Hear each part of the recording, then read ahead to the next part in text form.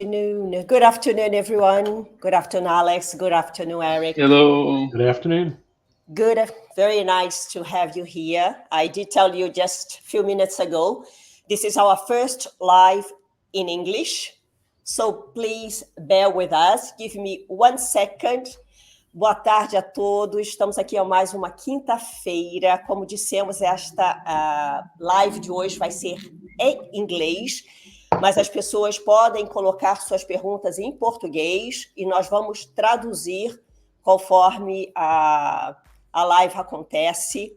So thank you so much again, Eric, for being here. As I mentioned, every Thursday we have a live stream at 4 p.m. Brazil, 20 hours, 8 p.m. Portugal. I'm Rosane Marques, and I'm the founder and CEO of IT Recruiter. We are a talent acquisition startup born in Portugal, and I'm usually here with my colleague Alex Ellis.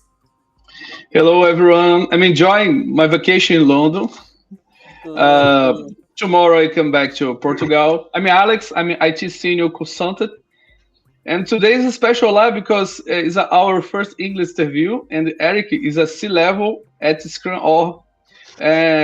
Scrum is a company of co-founding of Scrum. It's important for us to share off people. So today we are going straight to the point to talk about the importance of Scrum. I talk with the COO. We generally introduce the person, but I'll have you have the stage, Eric, and introduce yourself.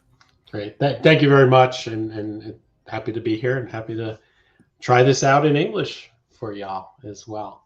So I'm coming to you from the United States. I live in the Lehigh Valley in Pennsylvania, which is about an hour and 20 minutes directly west of New York City. So if you drive about 2 minutes down the road from me and start heading east, you'll end up in what's the Holland Tunnel, which takes you to Wall Street in downtown New York. So I've been with Scrum.org for quite a while now. I've been here since 2015, and I lead all of our business operations for Scrum.org. Prior to this, I've done a whole lot, and most of my tenure has been around product management, product ownership, and really helping companies build products. I spent a lot of time at IBM. Prior to that, a company called Rational Software, which was acquired by IBM, and really helping build tools, build products, spending a lot of time with customers in many industries that are building software-based products. Great. So the idea today is really to talk about the importance of Scrum. We are going to bring you some spicy questions just to make it nice and spicy this afternoon. But I always joke saying that I like to begin from the beginning. So could you kindly share with us the origins of Scrum and what inspired its creation? I was reading about it, very interesting story. So please let us know a little bit about it.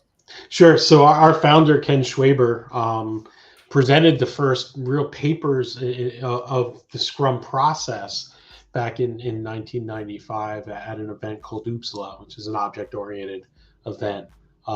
Ken and Jeff Sutherland worked together in building that and presenting that. It came out of a lot of different ideas that had been brought forward over the years around how to get people to work in smaller iterations and in smaller teams to build products. And a lot of it, and people get this question quite a bit, is Scrum an acronym? What does Scrum mean? It really is taken from the concepts of rugby and a Scrum. In a Scrum in rugby, the team gets together and works together to push the ball forward. In our case, the team gets together to move the product forward and working together to do that. So in 1995, they presented that first paper. Over the next couple of years, we're using it with different companies to really help them build better products and build them faster. One of the earliest stories that Ken tells is when he was at a financial services company who early in the early days of the internet, and they were getting beat. This was a large financial services company, typical brick and mortar. And they were getting beat by these smaller startups who were online. And they were trying for 12 to 18 months to get their online product out. And they brought Ken Schwaber in to help. And Ken said, okay, give me 6 or 8 people and give me enough funding for 30 days and we'll build something. So not these 12 and 18-month plans, but give me a short period of time and let's build a little bit and learn a little bit. And within 30 days, they had something that was already usable. It wasn't the whole product, but it was enough to get them started. And then they added another 30 days and built some more. And the whole idea behind Scrum is we don't know everything at the start. Traditionally, projects, and certainly software projects, would scope out the whole scope and then say, okay, let's go build it. And I've witnessed this in products I worked on in the past as well. And then 12 months later, you're not there yet. And you say, well, things have changed, another 12 months. And well, things have changed, another 12 months. With Scrum, we assume we know our goal, where we want to get to. How we're going to get there is going to evolve over time because we're going to learn from our customers. We're going to learn from internal stakeholders and from others and from the competition even. And we're going to continue to evolve as we go. And the whole idea is let's work together, small teams, and build something. And if we go more than 30 days without getting feedback, we're probably going to end up off track. So let's shorten those cycles. Let's learn enough as we go so that we can adjust over time.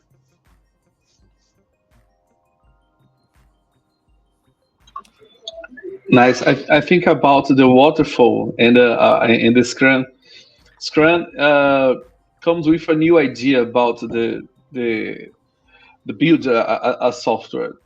So how has Scrum evolved since its inception, and what are some of the biggest milestones in development? So I think what's really evolved in Scrum since that beginning is more an understanding of how the teams work together and how people work together. A lot of Scrum hasn't changed. Some of the words have changed and some things, but in general, it hasn't changed that much as it hasn't had to. Scrum is just a framework from which your process evolves. And we bring in different practices within our team to help build our process. Scrum is the Scrum guide, which is the book of knowledge, the body of knowledge of Scrum. That Scrum guide is only 13 pages, right? And it really just defines, here's how we work together. Now figure out as a team how to supplement that. What practices? Do we bring in practices from Kanban, for example, like improving flow and flow metrics? Do we bring in practices from test-driven development? And do we bring in other things to really help our process evolve? I think what's changed the most to me over these years since that 1995 presentation is really the number of people who are using Scrum and using it around the world and understand it and know it. But there's still also a lot of misunderstandings of Scrum and misunderstandings of the accountabilities within Scrum as well. I really love the definition of Scrum with rugby. It's funny because, as you probably know, rugby is not a very famous sport in Brazil or in Portugal. So this is one of the questions we should have made. What was the definition of Scrum? We never thought of this, but anyway, you're actually from scrum.org. And you did mention there are a lot of misunderstandings around Scrum. What role does Scrum.org play in promoting and maintaining the integrity of Scrum practices globally? Yep. So that's a great question. And as I said, Ken and Jeff are the creators of Scrum, Ken Schwaber and Jeff Sutherland, and they maintain the Scrum guide independent of any organization.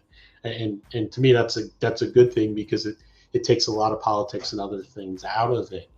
As Scrum.org, and Ken being the chairman and founder of Scrum.org, we have a an accountability to continue to help maintain that and help give that feedback out, but also help people learn. Scrum.org as an organization, we provide hundreds or really thousands of free resources and things out there to help people learn and help them improve how they work and improve their understandings of Scrum. We also provide training and certifications around Scrum. But we're all over the world. As a matter of fact, our CEO, Dave West, is in Asia right now, talking about Scrum and helping organizations better understand it. So we're traveling, we're going out there. We've got 360 or so trainers all over the world. They all have to go through extensive background validation of knowledge and understanding of Scrum. They've had to use it in the real world, not just academically. And they're out there helping organizations be successful as well.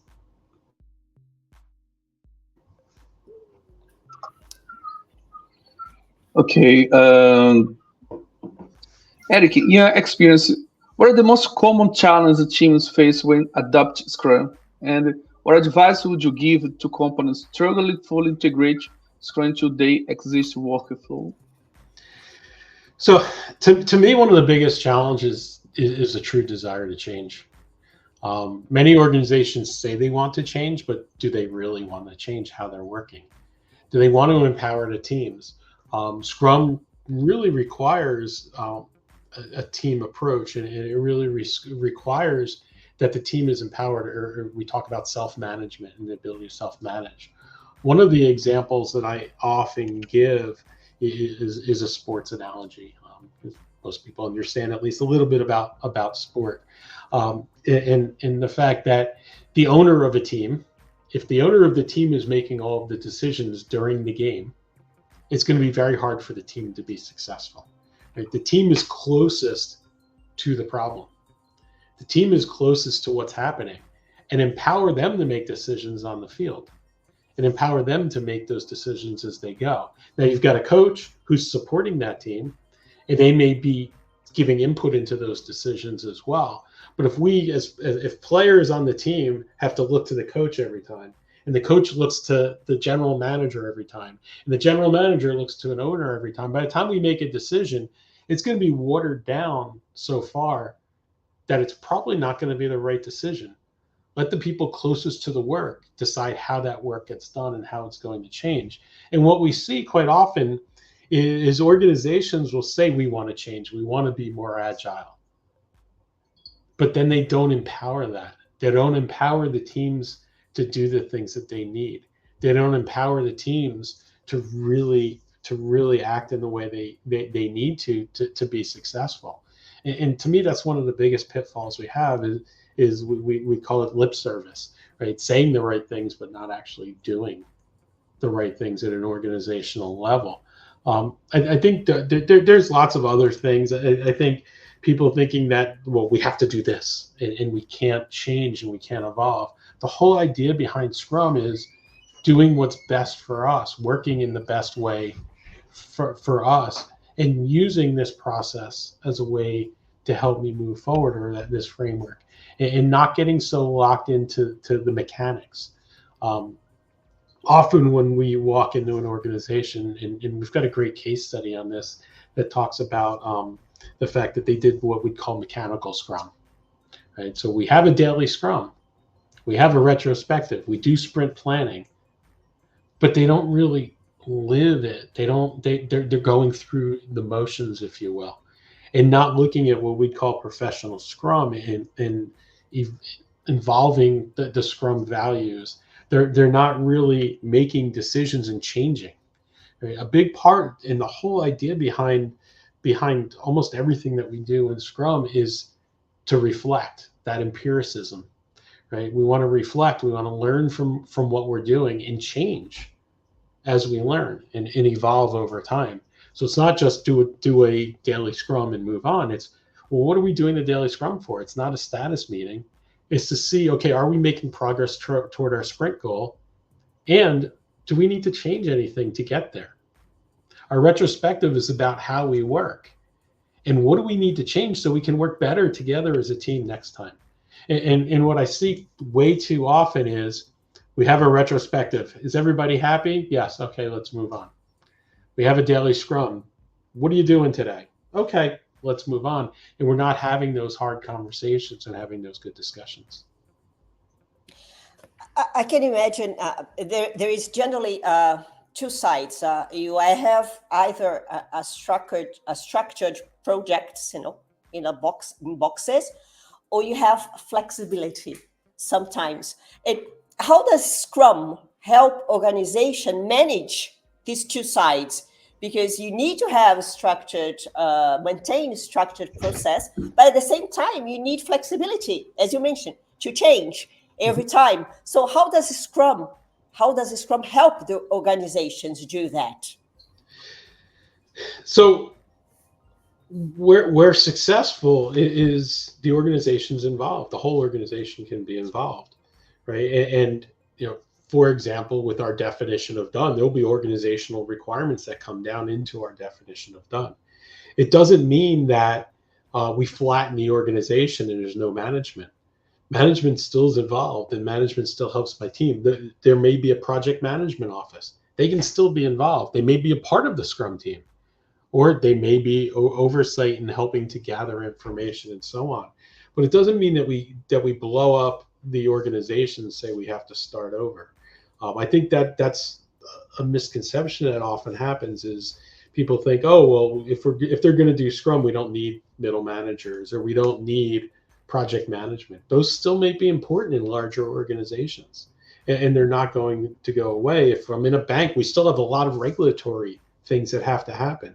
What I do think, though, is we need to look at what that Scrum team looks like. Why can't someone from regulatory be a part of that Scrum team?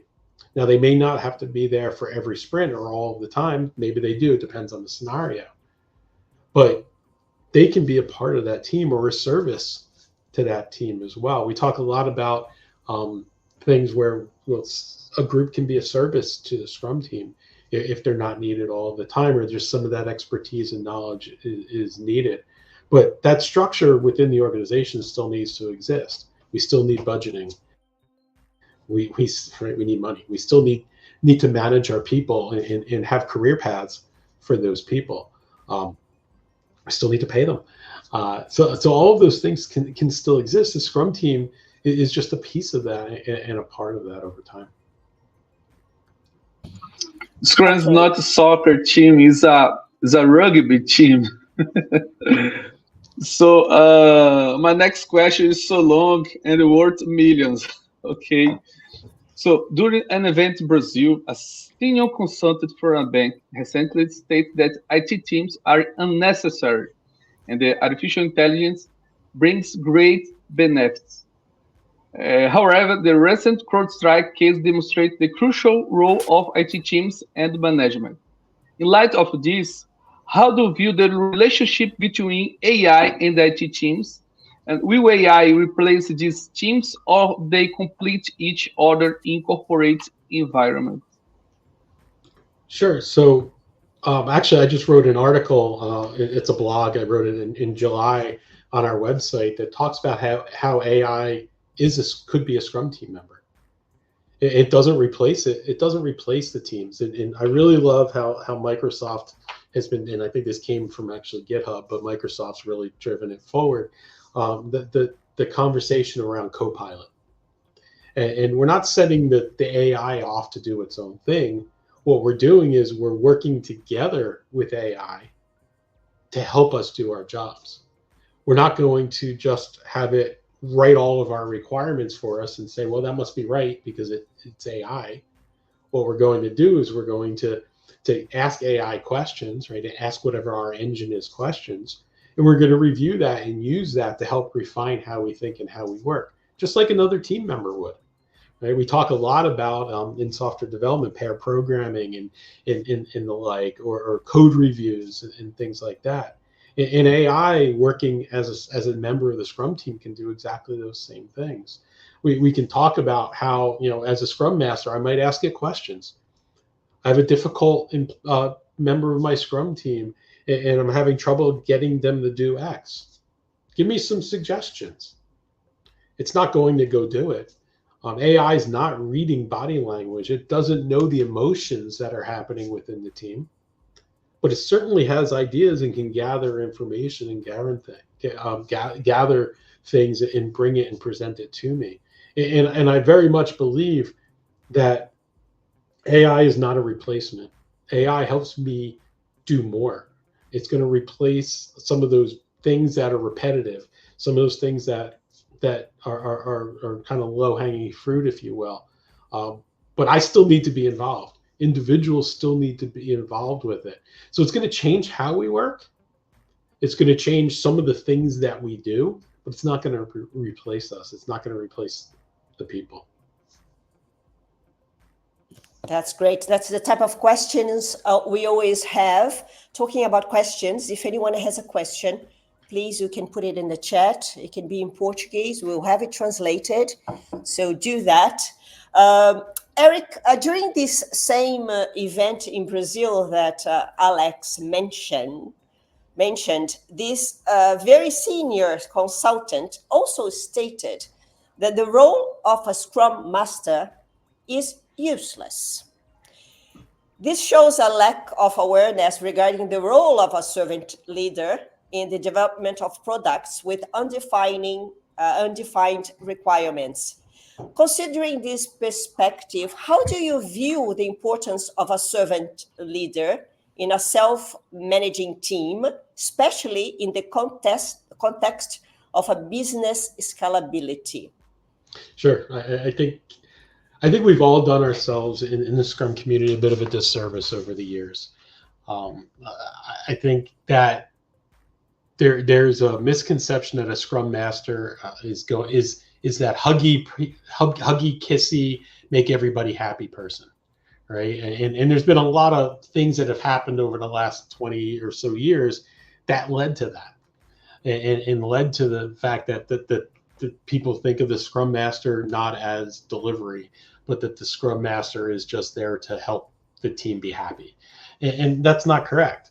The Scrum Master is there to help make sure the team is delivering value and doing whatever they need to do to help them deliver value, whether that is helping remove impediments, whether that is facilitating events and meetings and the like, or other things that are needed to help that team be successful. I think over the years, one of the things that's evolved but hasn't caught up is a Scrum Master can be a management type role. They have to be a leader type role. They have to be in a leadership position because they have to help the organization as a whole come along, not just the team. And I think what people are thinking, well, I know what people think this Scrum Master is that that's not their role, that their role is this other thing. And there's a lot of not good Scrum Masters out there that have probably helped proliferate that as well. And there's a lot of really good ones out there that have helped teams deliver value. There's also a lot of falsities that have come up. There was an article, I guess a year and a half ago, about one bank who they said got rid of all their Scrum Masters. Well, they didn't get rid of all their Scrum Masters. What they did was they moved them into the business. So they had an agile overlay team, and all the Scrum Masters were in this overlay team. So they were just a cost. They weren't tied to the business. And what they decided at the business level was, instead of having these people sit up above, have them at the team level, have them be part of the team, have them be employees of the team and tied to the team. So the Scrum Masters weren't fired. As a matter of fact, that bank is continuing to hire Scrum Masters if you go to their website. But what they were was they were redeployed from a budget perspective, but also as a leadership perspective into the team instead of at this higher level. But what people took from that was they got rid of all their Scrum Masters, and that's not the case. We saw another bank, and that was a bank in the US. We saw another bank in the Netherlands who did remove a bunch of their Scrum Masters. And what they found was they stopped delivering value. They actually are bringing them back now, because what they found was that the Scrum Master really was helping to drive the work of the team and be a big part of how that team functioned and how the team or the teams, right, work. And remember, a Scrum Master doesn't have to just serve one team. They can be across multiple teams. We also, one of the changes that was made in the 2020 version of the Scrum Guide is changed in just a minor change, but I think it's actually a significant change. Changed it from a role to an accountability. So the Scrum Master, the product owner became accountabilities instead of roles. And I think that's important because what it did was it said, that a person doesn't have to do all of this stuff. It can be delegated out to the team, and the team can take on those things. These things all need to be done, but who does it doesn't have to be this one person. And in some cases, and in some organizations, the Scrum Master became too powerful in their minds. And that led to some issues as well. And what we're seeing now is those accountabilities need to happen. How they occur and who does them, let's pick the right person or the best people within the team or teams to do those things as well. But to say that the Scrum Master isn't needed, I don't agree. To say that what that Scrum Master was doing isn't needed, that's possible, right? Because at the end of the day, if they're not helping the team deliver value and really making sure that the team is driving value, then they're not doing their job and they're not doing it well.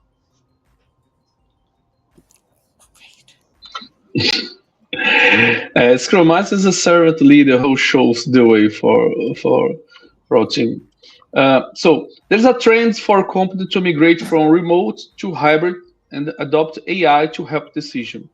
How do you see the future of Scrum in the context of emerging technology and the remote work trends? So I think it actually becomes even more important from a remote perspective. And we saw this even with our team as COVID came on and impacted our team. The ability to make sure that we're connecting, the ability to make sure that we feel like we're a team and we're working together as a team becomes even more and more important.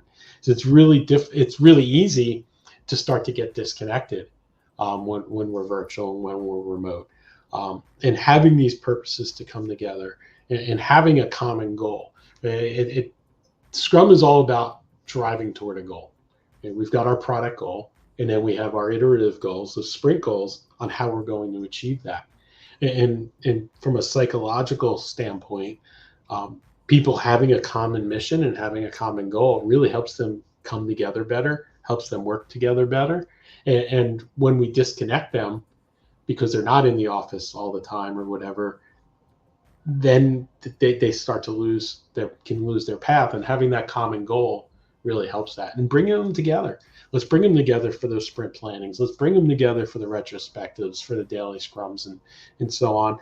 And these don't have to be long meetings. I hear, we've got all these meetings. So if we can't spend 15 minutes a day together as a team to make sure we're continuing to communicate and move forward, or less, it doesn't have to take 15 minutes every day, then maybe we have a different problem. It's 15 minutes and it helps us continue to work forward. And no, it's not the only time we should meet, and it's not the only time we will meet as a team or as a group, but it's an opportunity for us to make sure we're all going down the same path, make sure we're communicating with each other and working together. The occurrence with COVID really emphasized this. I think I've always worked on remote teams almost my whole career, probably not the whole career, but even looking back to the late 90s, I was on a team where we had people in Pennsylvania near Philadelphia that were part of my team. I was in Redmond, Washington, in Seattle. We had a bunch of people in Stockholm, in Sweden, that were a part of our team, and people in the Midwest, in Milwaukee, in Wisconsin, that were all part of my same team. And we were all still working together remotely and virtually. And then we didn't have all the technology that we have today to be able to do things like what we're doing right now. It was conference calls and phone lines primarily, and emails. So I think we have a better opportunity to work together, and Scrum can help facilitate a lot of those things. Well, Vitor, if we have any questions, I'll make I'll ask him, Eric, another questions, and we can start popping up questions. We have another 15 minutes to go. Eric, could you tell us, discuss a little bit the importance of leadership with Scrum teams and how it influences project success? And I'll tell you afterwards a little poll we did yesterday about it. Let you answer first. Yeah, so leadership needs to be involved. Leadership needs to be supported. As I said earlier, leadership also needs to know when to let the team do what the team needs to do. But we need leadership buy-in, and we need leadership to not just say the right words, but take the right actions and act in the right ways as well. I was telling this story the other day. I remember working with a large bank back when everybody was talking about we're going to have our green initiatives, and we're still talking about that. But this was back in probably the early 2000s, and everybody, all boardrooms were talking. We have to have a green initiative, or we're going to tell all our stockholders and everybody that we have a green initiative. And what this bank did was the board of directors said, you need to go green. So the CIO and their team said, okay, well, what does that mean? So they said, we're going to cut our data center in half. We're going to have half as many servers as we had before. So to the public, that sounds great. Wow, half as many servers in the data center. That's an excellent thing. And that's what everybody told. That's what the board told the street. That's what the CIO told the board. That's what everybody was working for. Now, they left out important parts, like the fact that these new servers were going to use more than twice as much power as the old servers. So they weren't really going green, right? They were just cutting their server room in half. And what happens with this is if we don't have leadership really supporting and asking the right questions. We're not saying in Scrum, when we talk about self-management, let everybody go off and do their own thing and don't ask questions. Don't be involved. Be involved. Help those teams. Help empower them and enable them to be successful. And ask those questions. Don't just assume things are happening. One of the things, and this gets back to that prior question, that I think we've really suffered from in remote work, and really in thinking back over my career, probably, especially going back to like the early 2010s or so, when people started using Skype more and other sort of instant messaging type of services, Slack being a big one now, is a lot gets lost in typing. And we need to make sure that we're talking. We do this all the time at scrum.org, where we say, all right, enough, let's get on the phone, or let's get on a call and let's talk, because a lot gets lost.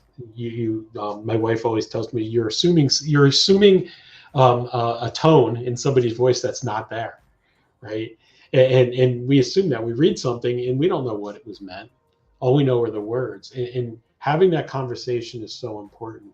So just because we're remote, just because we're virtual, doesn't mean we can't come together and talk. And the same thing with leadership.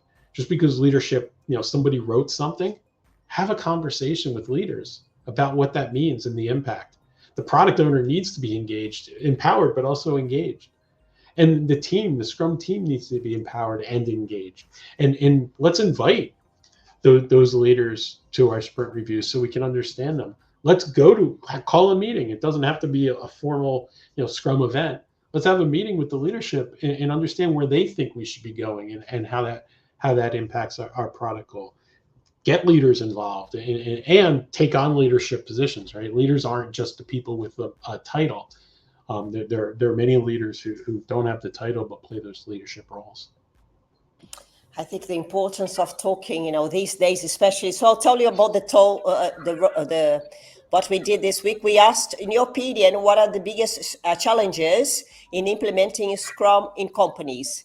And resistance to change came by 50%. Yeah. And then lack of leadership, of good leadership, was low at 6%. Interesting. Communication between teams 25%, and alignment with the strategy, 19%. So resistance to change won by 50%. Interesting. How was that asked? Was it asked as resistance to change overall by everybody in the organization, or was it more around leadership? The challenge is to implementing Scrum in companies. So resistance to change was the biggest challenge people see when they try to implement Scrum in companies. Okay. Which makes perfect sense. Change is hard. People don't like change. Ken often would talk about and talks about one of the biggest negatives that people have about Scrum is that it exposes a lot of things. Right? Transparency is very hard. People don't always like transparency. If we start communicating more, we start opening up more, some of the ugly things get exposed as well, and people don't necessarily like that. But change in general is hard. Changing how we work is hard. Changing what we do is hard. And people are always resistant to change. We'll see what happens with AI. I mean, AI is trying to force change, right? But is it going to have the impact that it could potentially have? Or is that same resistance to change going to happen? That's why I look at it as a team member and not as a replacement. So it's going to change how I work potentially, but it's not going to change me. It's not going to change what I do. It's going to hopefully make me more effective. I was working on a case study based on an interview this week, and I fed that interview into AI and said, give me a start of a case study. And it was okay. It wasn't great. It didn't understand a lot of the context of it, but it got me away from that blank slate. It's really hard to start writing if you just have a blank piece of paper. So it gave me some ideas, and it gave me some structure to start thinking about. And the same thing when I'm thinking about, well, what is the market? Is there a market for this product? Well, I can go and spend days and days and days doing research, or ask a few questions to an engine and have it give me a lot of information back that I still have to go through and decipher. But it's going to change how I work. And in the same way, Scrum is changing how I work. And I have to be receptive to change. Otherwise, we'll continue to do things the way we've always done things. I think the one thing that we need to continue to focus on is, are we delivering value? If we're not delivering value, we're wasting time and probably money. So is what we're doing of value? Great. Vitor, do you have any questions? Yes.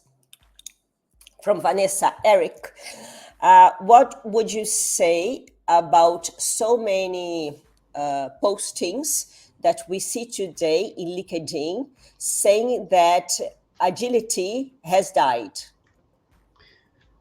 That's a great question, Vanessa. So I think a lot of the people that I've read that are saying this on LinkedIn, for example, a lot of them are people who haven't really done. And what I mean by that is they've been consultants their entire life. And they've never, as soon as things have gotten hard, they moved on to the next engagement. And they're not necessarily working in companies and as employees of those companies trying to change and trying to make the hard things happen. I think how we work is evolving significantly and changing significantly. To say that we no longer, no longer need to be agile, to me is just silly. If we stop being agile as businesses and as organizations, then what are we doing? We're just going backwards in time. I think there are a lot of agile coaches out there by name, but they don't understand it. And I think they've really damaged our industry as a whole. I think there are a lot of people who just, I don't know if this translates, but hang a shingle outside their door, right? So we say that, they now say, I'm an agile coach, but they have no experience doing it. They've never worked at a company. They've never done it. And now they're trying to help others do it. And I think they've hurt our industry significantly and put a bad name. And I agree with the things I've read, some of the things I've read that talk about that. And I think that needs to change, that needs to evolve. But I don't believe agile in any way is dead. I think how we do things is changing. I think we have to adopt things like AI, as we talked about. I think we have to evolve how we think and how we work. And I think organizations have to continue to evolve and change. But to say agile is dead, well, what's next?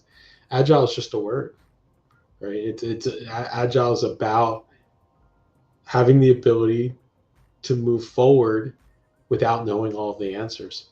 I think what we need to focus on is empiricism and evidence-based, right? We need to focus on evidence-based decisions and making decisions not based on just my gut, but based on decisions based on evidence that we collect and gather. And that's what agile is about.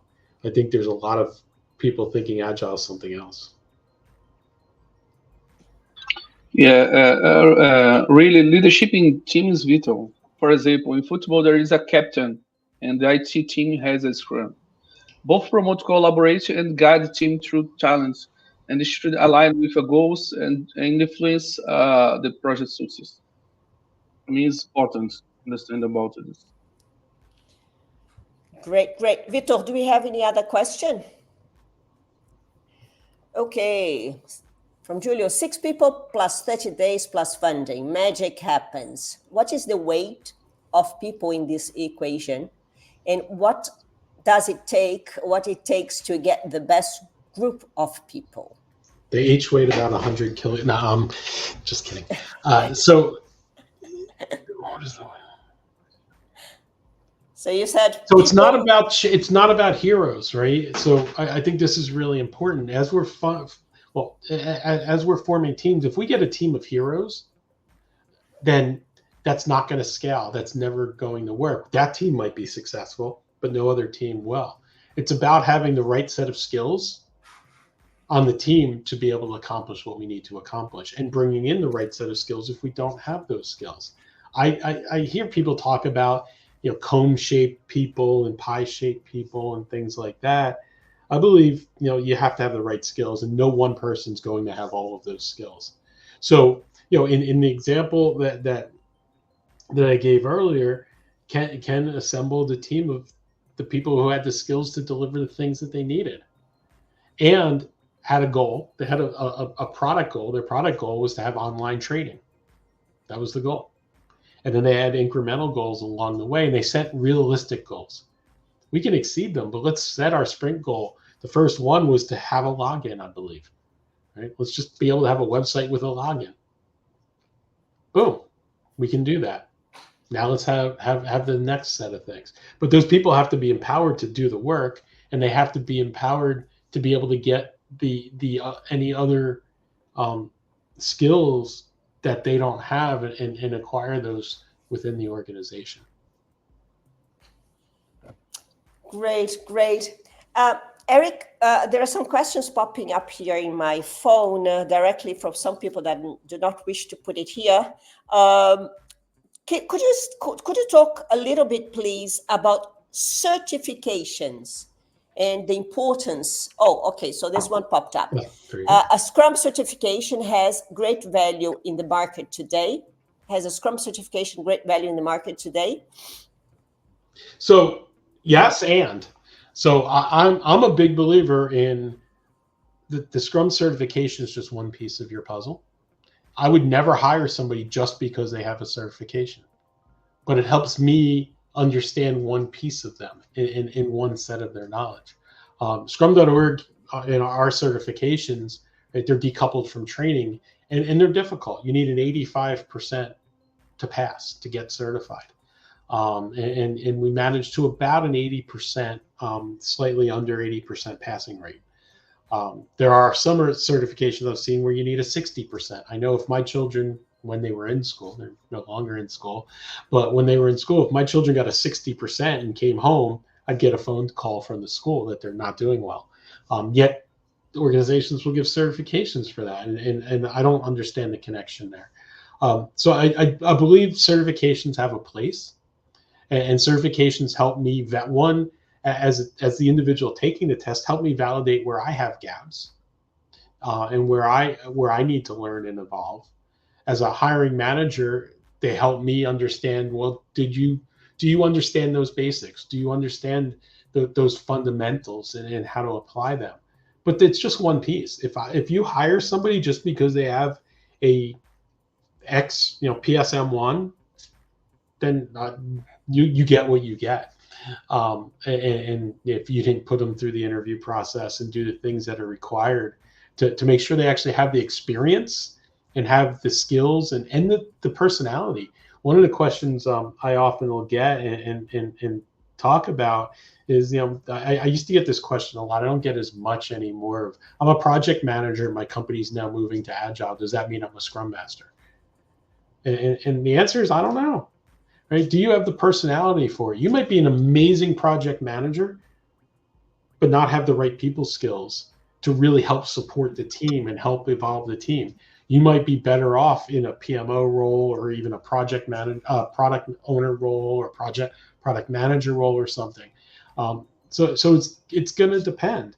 And those certifications, same thing. They're one piece of it. But they're valuable. They're valuable in validating that you learned what you thought you learned in your training class. They're valuable in helping you look for, right? We point to, following your certification test, dozens of free resources to help you keep your learning and keep growing as well. Before we go to the next question, I just wanted to go to the people skills that you mentioned. And I always like to talk about soft skills, because this is one of the issues. I mean, at the end of the day, it's famous. We hire because of the hard, but we usually have to let people go because of the soft skills. Which are the top soft skills for a great Scrum? So I think, one of the biggest ones is caring about the team and caring about people. And there's not a good way to really measure that. But if you're not passionate about the people and passionate about the team, you're not going to be successful. Because at the end of the day, your job as a Scrum Master is to get the team moving forward and to help them move forward. And you have to have that passion for that. I left a job once because I was told I cared too much. I was literally told, you have to stop caring so much, and that's when I started looking for a new job. It wasn't this job, but I said I can't be here anymore, because if I can't care, if I don't have the passion for what I'm doing, I need to go find a different job. And as a Scrum Master, you need to be a mentor. You need to be a coach. You need to be a trainer. You need to be a manager. You need to be a colleague, and you need to have all of those skills. You need to be a facilitator at times, but you need to teach others how to facilitate. You need to know how to delegate and be a good delegator, and not try to do everything yourself. And all of those, I see many of those are soft skills. Now, being a good facilitator might not be a soft skill, but knowing when to use it can be. Because you also need to know when to use the different skills. And when should I be coaching somebody, and when should I be facilitating or teaching? Often I've heard of people who just think a Scrum Master is just a coach and just keep asking questions and let them come up with the answers. That's not always right. You can't just keep asking somebody over and over again until they come up with the right answer. Maybe they need help. Maybe you need to teach them. Maybe you need to facilitate a conversation between two people and get them going. And it's a combination of having the skills to do it, those harder skills, and having the passion and the ability to decipher across those as well. About the before question, if you look for example, a job in LinkedIn, you can see many job positions, for example, for Agile Coach, Scrum Master, Product Owner, that requires certification, and from the Scrum Org as well. I think is most important, especially in Portugal.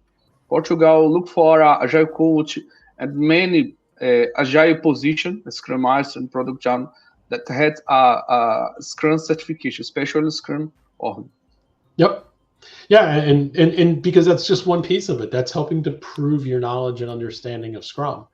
But it doesn't mean that you have the personality. It doesn't mean you have all of the skills, right? It's For example, if your IT professional has a doubt, you can look for in this input file and look for a Scrum Master, for example, position. You can see all required. Yep. Great. Vitor, any other question we have? Oh, yes. So Jan just asked, great live. I would like to know how a Scrum can se manter relevante diante de outros métodos que estão. How Scrum can maintain itself relevant before other methods that we have today, compared to other methods we have today. I think that's a good question, Jan. I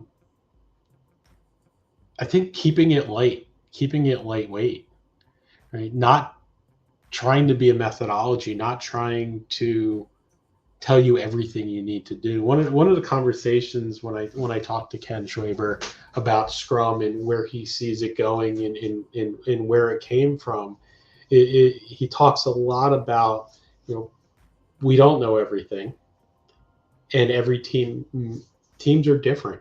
And the whole, well, everybody is the same isn't real, because the skills on my team vary and so on. And keeping Scrum lightweight and keeping it as a framework that other things plug into and process it follows is hard. Now, a lot of people don't like that because they want to be told what to do. This gets to some of the, change and not wanting to change in things. But treating everybody like they're the same is not a good thing. And what we do in Scrum and what we need to continue to do with Scrum is accept that and be sure of that. A great example, when we put out the last version of the Scrum Guide, I was talking to Ken about refinement. And refinement's not a formal event that happens in Scrum. And I said, well, why? Refinement's a good thing, right, Ken? We should be refining. We should be constantly learning. And he said, well, it depends on the team. Some teams are always refining and they're always having these conversations. Why do they need a formal event to do that? Why can't we just say that refinement's a good thing and you should make sure you're refining if needed? And he's right. I don't need to have a refinement meeting to refine. That might just be what we do as part of our daily work and structure. And it shouldn't be something that's hammered on somebody. I think for Scrum to continue to be relevant, it needs to stay small. It needs to stay lean, and people need to be accepting of other things. So one of the things that we at Scrum.org have done a lot with is we've worked with the Kanban community and bringing in practices from the Kanban community in working with Scrum with Kanban. We've worked with, if you're familiar with Lean UX and Jeff Gothel and Joshua Seid in their book, quite popular book, Lean UX, we've worked with them on how do we bring UX practices into Scrum to help teams better facilitate understanding and learning. And we need to continue to bring those things together and not try to just stand on our own and Scrum or nothing. It's Scrum and or Scrum with. And I'm not sure that Scrum itself has to change that much.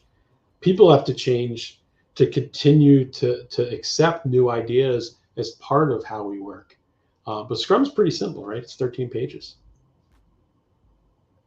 Well, great. I think we are coming to an end. Vitor, please let me know if there is any other question. For those who came in late, once we have authorization from Eric, we'll have this live available in most places we have, YouTube, LinkedIn, in most places. So if we do not have any other question, I think we are going to be sharp on our time, Eric. I wanted to thank you very, very much for this opportunity. As I told you, this is our first live in English. So my apologies If anything, hopefully I didn't talk too fast. I apologize. no, you did very well. What we're probably going to do, we'll probably have, we couldn't get subtitles here now, but we'll probably get subtitles in Portuguese when we have this available. So thank you so much for this opportunity. As everyone knows, we are here every Thursday at the same time, bringing information. In my belief, only information. Oh, we have another question. Yep. Oh, we have a last question. So please, Vitor, can you bring it up? Oh, yes. Marcel Araújo. Marcel actually is my co-founder. I have another company that works only with CRM and ERP. And Marcel is my co-founder with the other company. So excellent. Do you think that instead of people focusing on a single methodology, they shouldn't apply a mix of the best on the market, considering the characteristics of each project? So the only thing I would debate is the word best. I think it's what works best for you. Right? I'm not a big fan of best practices for the most part. It's practices, because a best practice for me may not be a best practice for you and your team. That said, yes, right? But let's bring in, and that's exactly what I was talking about, Marcel, is let's bring in the right practices to make my team successful. And that might differ from team to team. And there may be some practices that we have to do within our organization because of, security or because of regulations and things like that. But absolutely, trying to buy process. Often, if somebody is buying process, they're just checking the box. They're not really thinking about what's best for me in my organization. Great. So Alex just made a comment. I'll read his comment. Success lies in effectively combining methodologies and framework, like Marcel mentioned, like Scrum, Kanban, Waterfall, SAFe, Six Sigma, Shift Left, ITSM, etc., to create a tailored approach. So you believe a tailored approach may work? Yeah, it's a job, the Agile coach work with all methodologies in the framework and to choose the best way. For example, Waterfall is a good way sometimes. Sometimes Agile is good. Depend the requirement, depend the project, depend the main thing. Yeah, and Scrum's not always the right answer. I manage a support team. Scrum doesn't make sense for my support team because we don't know what's going to happen in 2 minutes. We get new support requests in. Now, we do have projects sometimes, like we rolled out a new support system. We Scrum for that within our support team as a way to roll that out. But on a day-to-day basis, our support team doesn't use Scrum, even though we're scrum.org, because it wouldn't make sense for them. It's not a complex problem.